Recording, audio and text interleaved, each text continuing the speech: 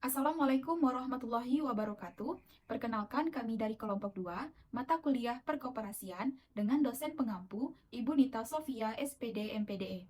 Nah, pada video kali ini kami akan membahas mengenai tata cara pendirian koperasi. Sebelumnya, perkenalkan kami dari kelompok 2 ini terdiri dari 3 anggota. Yang pertama, saya sendiri, yaitu Vira Kurnia dengan NIM 21053015 sebagai pemateri dan moderator. Dan yang kedua yaitu ada Fitria Permata, dan yang ketiga ada Faisal Hamzah.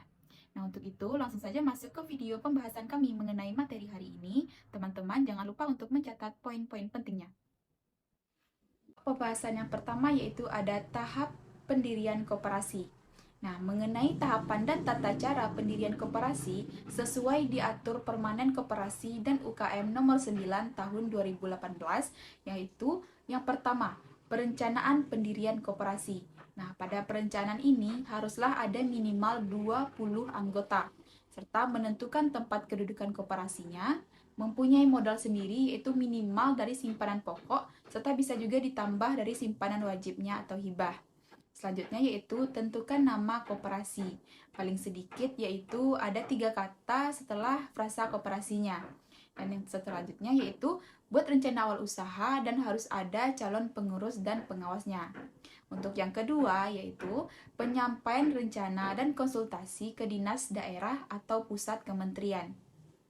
Tahapan yang ketiga yaitu rapat pendirian koperasi. Nah, ada beberapa langkahnya, yaitu harus dihadiri calon pendiri, minimal yaitu 20 orang untuk koperasi primer. Dihadiri pejabat penyeluruh dari dinas atau kementerian. Rapat dihadiri oleh notaris.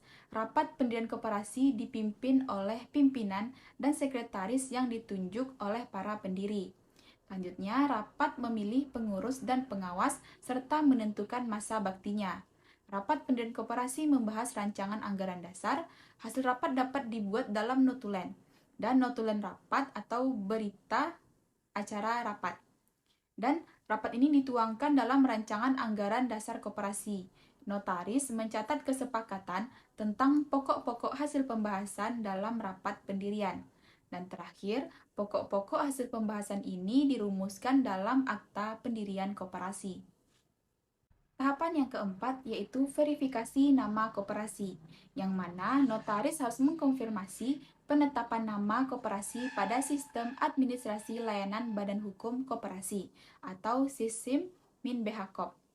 Yang kedua yaitu koperasi yang telah memperoleh persetujuan nama wajib ini harus mengajukan permohonan akta pendirian di dalam waktu paling lama yaitu selama 30 hari. Pada tahapan kelima yaitu pengajuan pengesahan akta pendirian koperasi. Nah, diantaranya untuk mendapatkan pengesahan akta pendirian koperasi ini, pendiri atau kuasa para pendiri mengajukan permintaan pengesahan secara tertulis kepada Menteri melalui Sismin BHKOP. Selanjutnya, permintaan pengesahan ini diajukan dengan melampirkan 2 rangkap akta pendirian koperasi, dan satu diantaranya yaitu bermaterai cukup, berita acara rapat pendirian koperasi, termasuk pemberian kuasa untuk mengajukan permohonan pengesahan apabila ada bukti penyetoran modal minimal yaitu sebesar simpanan pokok, dan yang terakhir rencana awal kegiatan usaha koperasinya. Selanjutnya yaitu pada tahapan ke-6. Nah, pada tahapan ke-6 ini ada verifikasi dokumen permohonan. Di antaranya, lampiran permohonan pengesahan akta pendirian koperasi yang diajukan oleh permohonan dilengkapi dengan persyaratan dan berkas dokumen pendukung, yaitu untuk memenuhi syarat pendirian koperasi.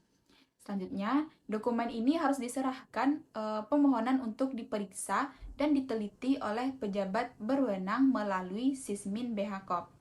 Selanjutnya, pejabat yang berwenang menerbitkan tanda terima kepada pemohon setelah dokumen dinyatakan lengkap dan memenuhi persyaratan. Dan berkas dokumen dan termasuk tanda terima disimpan oleh notaris. Tahapan yang ketujuh yaitu mekanisme di Sismin BHKOP. Di antaranya, permohonan pengesahan akta pendirian koperasi ini dilakukan secara tertulis dengan mengisi formulir isian akta pendirian koperasi sebagaimana tersedia pada Sismin BHKOP. Selanjutnya, permohonan pengesahan Akta Pendirian Koperasi diajukan pemohon dengan cara memindai dan mengunggah dokumen. Administrator Sismin BHKOP memeriksa format isian tersebut dan dokumen dari pemohon. Dan apabila format isian ini tidak sesuai dengan ketentuan peraturan perundang-undangan, maka pejabat berwenang memberitahukan alasan penolakan kepada pemohon secara elektronik. Serta penolakan dapat dikoreksi atau diperbaiki pemohon dan selanjutnya disampaikan kembali melalui Sismin BHKOP. Dan tahapan yang terakhir atau yang ke-8 yaitu pengesahan pendirian koperasi. Di antaranya, Menteri menerbitkan keputusan pengesahan Akta Pendirian Koperasi dalam jangka waktu paling lama 7 hari terhitung dari sejak pengisian format isian akta pendirian dan dokumen yang diunggah dan dinyatakan telah dipenuhi secara lengkap dan benarnya. Selanjutnya, keputusan Menteri disampaikan kepada pemohon secara elektronik. Dan notaris bisa langsung mencetak surat keputusan Menteri tentang pengesahan akta. Pendirian koperasi, keputusan pengesahan akta pendirian koperasi ini dihimpun Kementerian Koperasi dan UKM serta dicatat dalam buku daftar umum koperasi dan dapat dibuat secara elektronik. Kementerian Koperasi dan UKM wajib menyampaikan salinan keputusan pengesahan akta ini kepada dinas provinsi atau kabupaten kotanya di lokasi kedudukan koperasi tersebut. Baik, selanjutnya masuk yaitu pada tahap persyaratan pendirian koperasi. Adapun prosedur pendirian koperasi diatur dalam pasal 12 Peraturan Menteri atau Permen KUKM 9/2018 sebagai berikut. Yang pertama yaitu pendirian koperasi dilakukan dengan mengadakan rapat pendirian. Berdasarkan pasal 6 ayat 1 PP Peraturan Perundangan 7 tahun 2021, rapat pendirian merupakan langkah awal untuk mendirikan koperasi yang dihadiri oleh para pendiri. Rapat pembentukan tersebut membahas materi rancangan anggaran dasar. Adapun isi dari anggaran dasar dalam akta pendirian koperasi yaitu yang pertama daftar nama pendiri, yang kedua nama dan tempat kedudukan, yang ketiga, maksud dan tujuan serta bidang usaha. Yang keempat, ketentuan mengenai keanggotaan. Yang kelima, ketentuan mengenai rapat anggota. Yang keenam, ketentuan mengenai pengelolaan. Yang ketujuh, ketentuan mengenai permodalan. Yang kedelapan, ketentuan mengenai jangka waktu berdirinya tersebut. Yang kesembilan, ketentuan mengenai pembagian sisa usaha. Dan yang terakhir, yang ke-10, yaitu ketentuan mengenai sanksi. Selanjutnya, syaratnya tersebut, setiap koperasi wajib mencantumkan jenis koperasi pada anggaran dasar. Terdapat 5 jenis koperasi yang diatur yaitu koperasi konsumsi, koperasi produsen, koperasi jasa, koperasi pemasaran, dan koperasi simpan pinjam. Dan yang terakhir, syarat pendirian koperasi yaitu setelah rapat pembentukan selesai, maka notaris pembentukan akta koperasi atau NPAK dapat membuat akta pendirian koperasi. Selanjutnya, para pendiri atau kuasa pendiri dapat mengajukan akta pendirian koperasi kepada Menteri dalam jangka waktu 30 hari. Setelah koperasi mendapat persetujuan nama koperasi dari Sistem Administrasi Hukum Umum. Dalam mengajukan akta pendirian koperasi tersebut, para pendiri harus menentukan apakah bentuk koperasi berupa koperasi primer atau koperasi sekunder. Karena cara pendirian koperasi primer berbeda dengan koperasi sekunder. Untuk mendirikan koperasi primer, syaratnya adalah para pendiri koperasi mengajukan permintaan pengesahan akta pendirian koperasi secara tertulis dan atau secara elektronik kepada Menteri dengan melampirkan 2 rangkap akta pendirian koperasi, satu diantaranya bermaterai cukup berita acara rapat pembentukan koperasi, termasuk pemberian kuasa untuk mengajukan permohonan pengesahan apabila ada surat bukti penyetoran modal paling sedikit sebesar simpanan pokok dan rencana awal kegiatan usaha koperasi. Sementara untuk koperasi sekunder, hal yang harus dipersiapkan yaitu dilakukan untuk mendirikan koperasi sama seperti koperasi primer. Namun, terdapat tambahan dokumen berupa hasil berita, acara rapat pembentukan, dan surat kuasa koperasi primer dan koperasi sekunder untuk pendirian koperasi sekunder, keputusan pengesahan badan hukum koperasi primer, dan atau sekunder calon anggota koperasi sekunder, koperasi primer, dan atau sekunder calon anggota melampirkan nomor pokok wajib pajak atau NPWP aktif.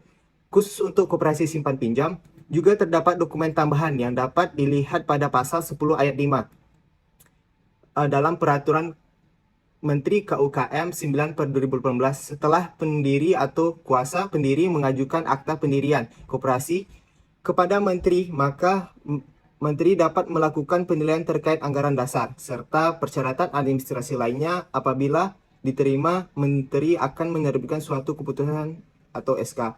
Nah, mungkin demikian persyaratan pendirian dari koperasi. Sekian dari saya, terima kasih.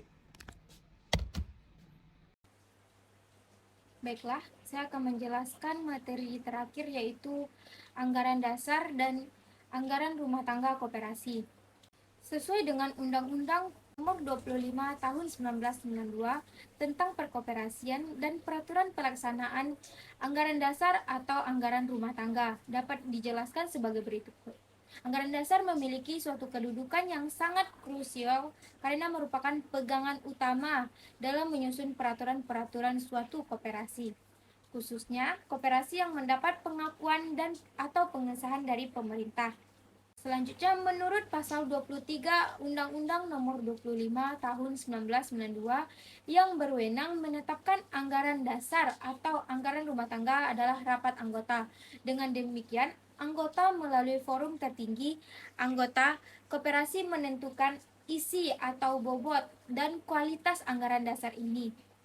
Karena alasan tersebut, anggota harus memahami segala sesuatu mengenai perkoperasian, termasuk hak dan kewajibannya. Menurut Undang-Undang Nomor 25 Tahun 1992, sehingga perumusan anggaran dasar dapat dilakukan dengan cara yang benar. Nah, maka dari itu, kita harus mengetahui apa itu pentingnya anggaran dasar atau anggaran rumah tangga koperasi. Yang pertama, yaitu memberi kekuatan hukum bagi koperasi. Yang kedua ada sebagai pedoman dalam pengelolaan usaha dan organisasi koperasi.